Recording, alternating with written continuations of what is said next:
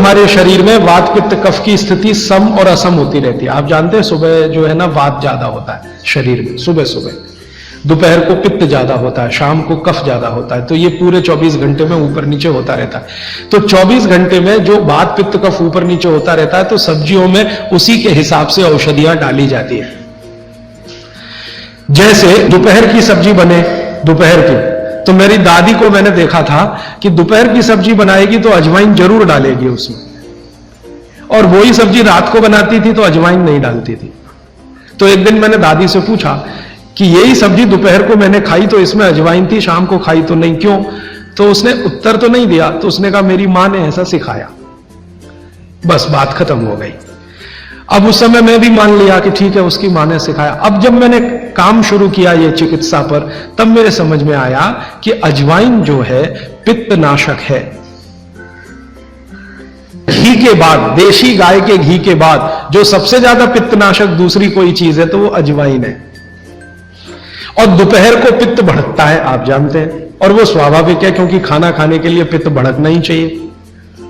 तो उस समय अजवाइन डाली जाती है सब्जी में, क्योंकि दोपहर को ही शरीर को अजवाइन की जरूरत होती है पित्त को सम पे लाने के लिए।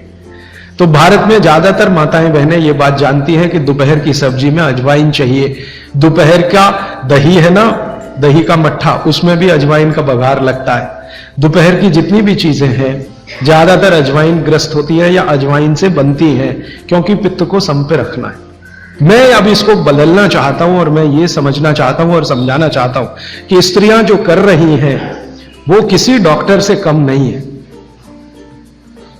बस अंतर इतना है कि डॉक्टर को आप फीस देकर उससे एडवाइस ले रहे हैं। हमारी दादी नानी फोकट में वही एडवाइस दे रही है, धनिया खाओ, जीरा खाओ और ये अजवाइन खाओ, आपके पेट की गैस खत्म हो जाएगी। और ये 3500 साल से वैसे का वैसा ही है। अजवाइन खाओ तो गैस खत्म होती ही है। कभी भी आप करके देख लो। आप में से किसी को भी बहुत गैस बनती हो, पेट में एसिडिटी की तकलीफ हो, आज से शुरू कर दो। आप खाना खाया तो उसमें ध्यान रखो अजवाइन ज्यादा रहे, दाल में, सब्जी में, वगैरह वगैरह। और अगर नहीं कर पा रहे हैं तो खाना खत्म करते ही थोड़ी अजवाइन खा लो। अजवाइन ज्यादा तकलीफ ना कर दे, उसका बैलेंस है काले नमक के साथ। तो थोड़ा अजवाइन और काला नमक मिला के हर खाने के बाद खा के देख लो, 3 दिन में ना आपकी गैस बंद हो तो आप जो कहो मैं हारने को तैयार।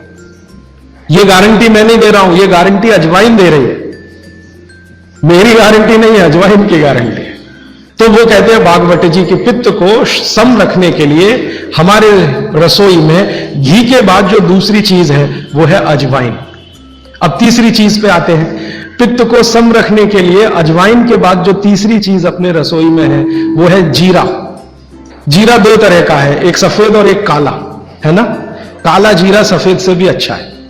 आप एक नियम ध्यान रख लो, मैंने आपसे कल कहा था, जिस चीज का रंग जितना गहरा वो उतनी ही अच्छी, भगवान की बनाई हुई, मनुष्य की नहीं। मनुष्य ने तो पेंट भी बना दिया है, बहुत गहरे रंग का है।